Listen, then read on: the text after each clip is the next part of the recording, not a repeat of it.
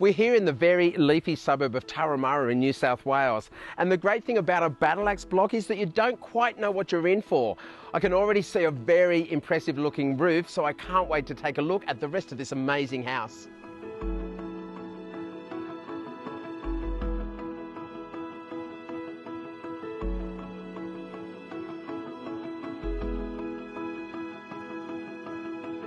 Well, Debbie, I don't know what to say. I was super excited to see this house, but at the moment, I don't know where to look. It's like contrast and colour and texture. It's an amazing looking home. Thanks, James. Well, it never ever looked like this before. That was the reason why I bought it. It's just because it just had no wow factor, and I wanted to turn it into a lot of wow factor.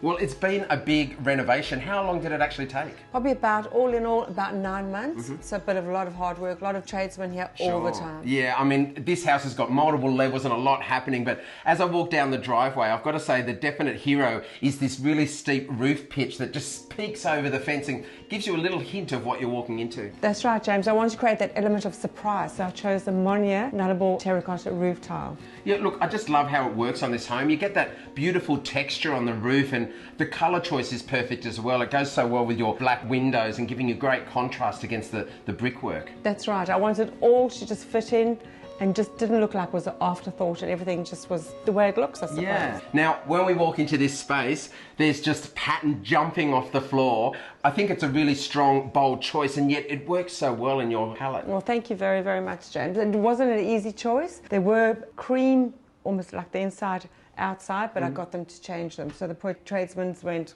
They went crazy. Yeah. And as a design choice, now I walk in and I look at the tile and the pattern, and I might instantly have put a round garden bed, but you put this beautiful oval, almost like a nice ellipse. It works really well. Well, it's because it's in scale to the space, and it's a little bit different. Yeah. And I think different is good. Yeah, I completely agree. Now, I'm already starting to get glimpses of this house. I love how we've sort of got this one courtyard here, and I can start to look through windows and see a lot of different levels happening here and different finishes in each room. I think we should start having a bit of a look through. Great, thank you.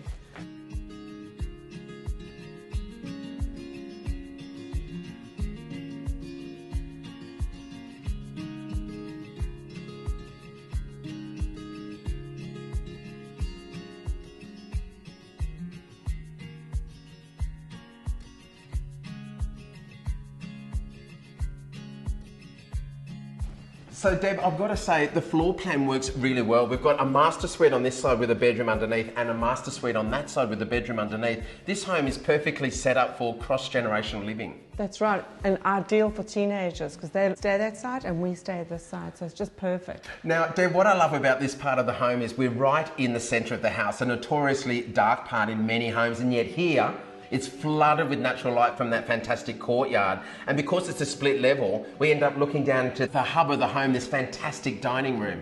Exactly right. We want to bring all the light from the outside of that courtyard through into the house and bring the outside in. Now, was the original home all open like this? Not at all, no. They were all just a typical 70s house. There was all little rooms and enclosed and very, very, very dark with lots of wood everywhere. Right.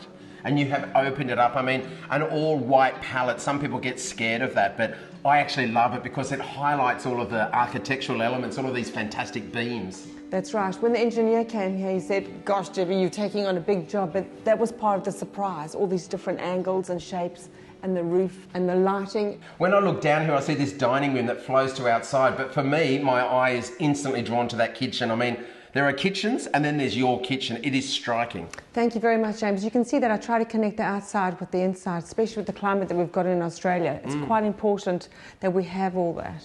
This massive renovation of yours has transformed this home, but you still kept the essence of the 70s home, and I love 70s architecture. But for me, you've teamed it really well with your interior styling, and I definitely see a strong tribal feature here. Well, definitely. That's part of my heritage. I love anything tribal from South Africa or parts of Africa or anywhere part of the world. And with that, you've added more and more texture. You've got a really strong use of natural worn timbers, and there's leather in there, and there's like really aged timbers and fresher pieces as well, and beading. I mean, all of these pieces together are adding lots of visual interest. That's right. I think it's quite nice about layering them and styling it and then it all just works together in the end. I'm getting glimpses here of what looks like a beautiful tropical landscaped yard. I think we're going to be in for a treat here because you are a talented lady. Let's go have a look. Thank you.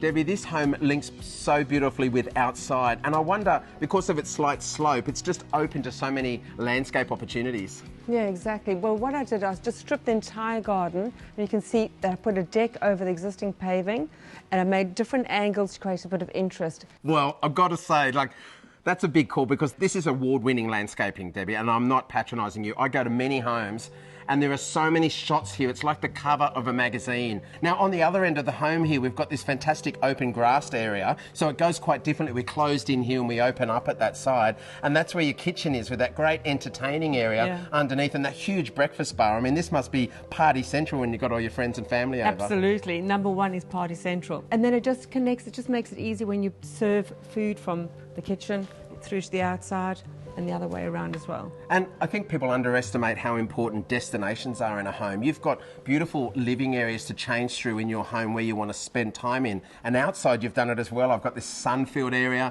I've got this light-filtered area, and then I've got something far more undercover where you can have your dining all year round. That's right. So you've got that all-weather area so you can retreat to in summer or winter if it's raining, and then this area here where you can create when it's beautiful and sunny.